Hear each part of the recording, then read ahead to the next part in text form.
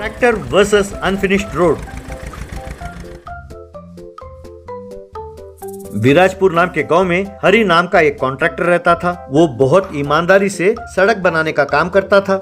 एक दिन उसके पास गांव का मुखिया नारंग आया। भाई हरी, हमारे गांव में नए सड़क बनाने का सैंक्शन हुआ है। ऊपर से काफी दबाव है कि वो कॉन्ट्रैक्ट तुम्हें ही दिया जाए। ठीक है, तुम्हें ही दे दूंगा वो कॉन्ट्रैक्ट, लेकिन उसमें 25% पैसे मेरे घर भेज देना।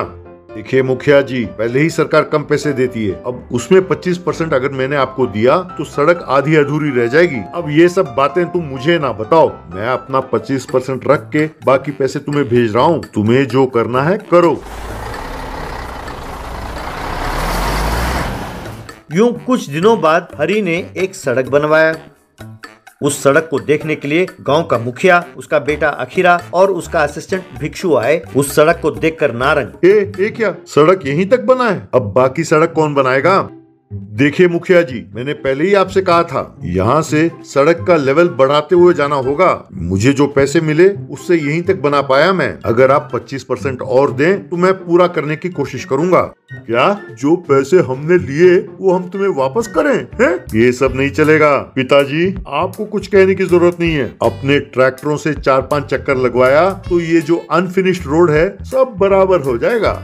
क्यों मुखिया जी, आपके बाद इस गांव का मुखिया आप ही का बेटा होगा ना? बेचारे ये गांव वाले बड़े किस्मत वाले हैं। आपके जो जी में आए कीजिए।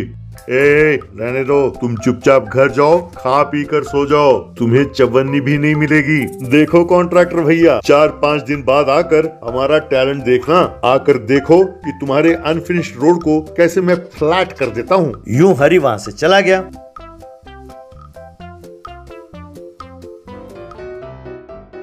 बाद में नारंग अखीरा से, अरे बेटा, तुमने जो कहा वो कर तो दोगे ना? नहीं तो वो 25% उसे देकर सड़क को पूरा बनवा देते हैं। पता नहीं क्यों मुझे तुम पर यकीन नहीं होता बेटा। ऊपर से अगले महीने मंत्री जी भी आने वाले हैं। मालिक, मन की बात हमेशा सच होती है। अगर मन की बात सुन ले तो सब खुश रहेंगे। ये बात सुनकर अखीरा भिक्षु को भगा भगा कर मारने लगा। तब नारंग और भिक्षु वहाँ से भाग गए। अगले दिन अखीरा अपने ट्रैक्टर को लेकर अनफिनिश्ड रोड के पास आया। ट्रैक्टर में बैठकर उस अधूरे रोड के उस पार जाने लगा। ट्रैक्टर नीचे गिरते गिरते रुक गया। तब अखीरा गुस्से में, अरे इस तरफ से नहीं, दूसरी तरफ से चलाऊंगा तब ठीक होगा, कहकर ट्रैक्टर को दूसरी ओर घुमाने लगा। पर वो जोर डालने की वजह से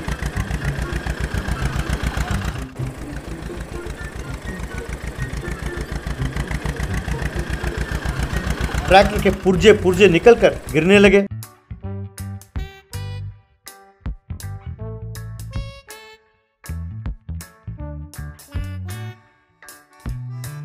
तभी भिक्षु वहां आया। वो देखकर, अरे ये क्या कर दिया छोटे मालिक आपने? इतना बढ़िया ट्रैक्टर का बेड़ा गर्क कर दिया। अरे ये ट्रैक्टर नया था। देखो, मैं पहले ही बहुत गुस्से में हूँ और तुमने मुझे नसीहत दी, मैं तुम्हें ट्रैक्टर और सड़क के बीच में कुचल डालूंगा। तुम तुरंत जाओ और 4 ट्रैक्टर किराए पर ले आओ। इस मिट्टी के ढेर को मार मार कर इसे फ्लैट करना पड़ेगा, नहीं तो मैं तुम्हें यही मार डालूंगा। तुरंत फोन लगाकर ट्रैक्टर मंगवाओ। तब भिक्षु ने फोन किया और कुछ ट्रैक्टर्स किराए पर मंगवाए। उसके बाद ड्राइवरों को वहां से भेज दिया। अब अखीरा एक एक ट्रैक्टर के साथ उस अनफिनिश्ड रोड को टक्कर मारने लगा। इस तरह सारे ट्रैक्टर एक के बाद एक खराब होते चले गए।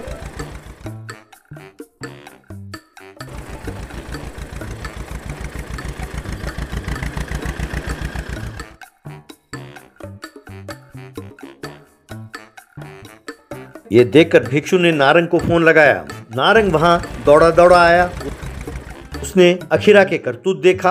अरे नामाकूल, ये तुम कर क्या रहे हो? तुमने सड़क बनाने के लिए इतने सारे ट्रैक्टरों का बेड़ा गर्क कर दिया। अरे उन पैसों से ऐसे 4 सड़कें और बना सकते थे। अब जानते भी हो कि इन ट्रैक्टर वालों को कितने पैसे देने होंगे। वैसे तुम पर भरोसा करना मेरी गलती है। अगर जेसीबी वाले को 2000 रुपए देता तो इसको बराबर कर देता वो। अरे हाँ, ये आइडिया तो बहुत बढ़िया है। तो मुझे पहले क्यों नहीं बताया पिताजी? आराम से 2000 रुपए में काम भी हो जाता और मेरा वक्त भी बर्बाद नहीं होता और इतने सारे ट्रैक्टर खराब भी नहीं होते। तो ठीक है, तुरंत आप जेसीबी मंगवाओ और वो काम कराओ, कहकर वहां से चला गया।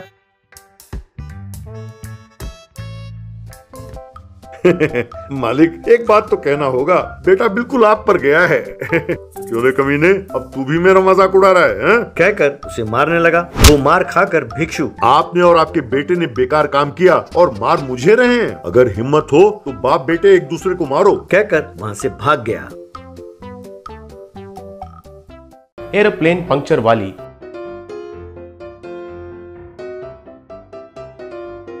संजीव नाइक को पुणे मुंबई हाईवे के सड़क के बगल में एक छोटा सा पंक्चर का दुकान रहता था।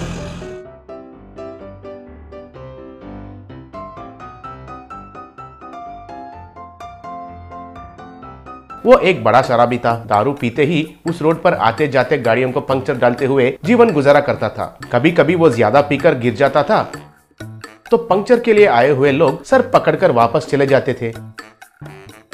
उसका घर शॉप से बहुत दूर रहता था, इसलिए हर रोज दोपहर में उनकी पत्नी छाया उनके लिए कैरेज में खाना लाकर वो खाने तक इंतजार करके बाद में चली जाती थी। शराब के बात पर छाया उसे हर रोज डांटती रहती थी। क्या जी, ये तुम क्या कर रहे हो? कमाया हुआ पूरा पैसे ऐसे पीने के लिए उड़ा रहे हो तो कैसे होगा? बच्चों का भविष्य के बारे में क्या होगा? तुम अपने सेहत के लिए जरा भी नहीं सोच रहे हो क्या? अगर कल तुम्हें कुछ हो गया तो हमारा हालत क्या होगा? अगर तुम पीकर गिर गए तो कस्टमर वापस चले जा रहे हैं, ये बात पता है तुम्हें? दारू पीकर हिलते हुए संजीव, बस कर तुम्हारी ये बहस, रोज सुन सुन कर थक गया हूँ। मुझे तो कुछ नहीं होगा। इस रास्ते पर येड़ों को पंक्चर हो गया तो उनके लिए मैं और मेरा दुकान ही दिशा है। फिर वापस मेरे पास ही आना चाहिए उन नमूनों को। छी, कस्टमर्स के बारे में ऐसे बातें करना बहुत गलत बात है। इतना घमंड अच्छा नहीं है। हाँ, ऐसा है क्या? फिर कल से तुम इधर आकर पंक्चर डालो, तब पता चलता है कि कितना मुश्किल काम है ये। मुझे कहती है देखो, औरतों को छोटा करके मत देखो। अगर हम चाहे तो कुछ भी कर सकते हैं। औरत आजकल रॉकेट भी चला रही है। पंक्चर डालना इतना मुश्किल तो नहीं है। मैं कल से ही काम शुरू करती हूँ, तुम देखते रहना। कहकर उधर से गुस्सा होकर चली गई। अगले दिन छाया पंक्चर डालना शुरू किया। सब लोग हैरान होकर उनको देखने लगे।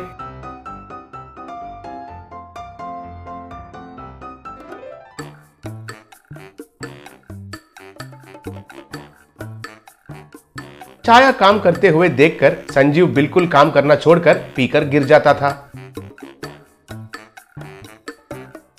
एक दिन छाया शॉप में थी, तब आसमान में जोर से आवाज सुनाई दिया।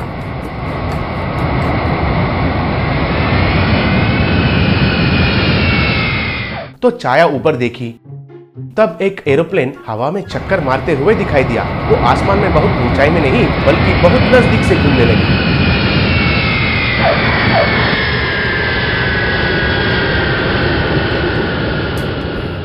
उधर पंक्चर डालने के लिए आया हुआ एक आदमी उसे देखकर लगता है कि पुणे एयरपोर्ट का रास्ता भूलकर इधर घूम रहा है। हमारे ऊपर तो नहीं गिरेगा ना? रास्ता भूलकर नहीं, कुछ तो ट्रबल आया होगा, इसलिए नीचे नहीं उतर पा रहा है और ऊपर चक्कर मार रहा है। इतने में वो एरोप्लेन और नीचे आकर उस हाईवे पर जोर से आवाज करते हुए उतरकर ठीक उनका पंक्चर का दुकान के सामने आकर रुकी। अगल बगल वाले डर के मारे चिल्लाते हुए उधर से भाग गए, लेकिन छाया तो डरे बिना उधर ही खड़ी थी। तब उस विमान से एक पायलट बाहर निकला। तब छाया उस पायलट से, क्या हुआ है? आप एयरपोर्ट में उतरना छोड़कर इधर इस रोड पर इतना खतरे से क्यों उतारे? मैं क्या करूं? एरोप्लेन का आगे का टायर पंक्चर हो गया और पूरा हवा निकल गया। अगर मैं इसे एयरपोर्ट में जाकर उतारा तो संतुलन खोकर अगर दूसरे विमान को जाकर टकराया तो बहुत जाने चले जाते थे। इसलिए ऊपर से देखा तो ये जगह एरोप्लेन को उतरने के लिए सही लगा, इसलिए थोड़ा साहस करके एरोप्लेन को इधर उतार दिया। सौभाग्य अच्छा है, इसलिए ठीक आपके पंक्चर के दुकान के सामने आकर रुक गई। इधर पंक्चर डालने वाला कहाँ है? ये शॉप हमारा है और इधर पंक्चर मैं खुद डालती हूँ। क्या आप पंक्चर डालती हो? Very good very good. तो आगे का टायर का पंक्चर डालकर थोड़ा पुण्य करो माँ।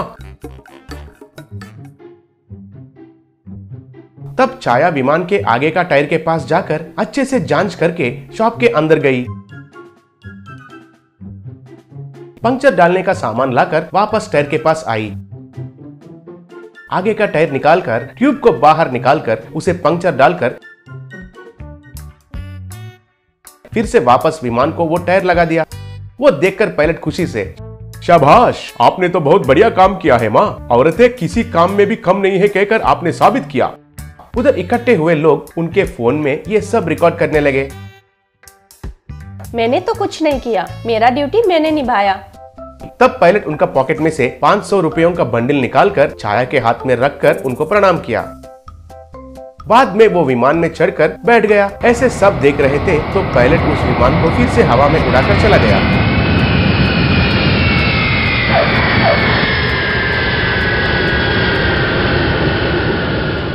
ये सब होने के बहुत देर के बाद संजीव नींद से जागा।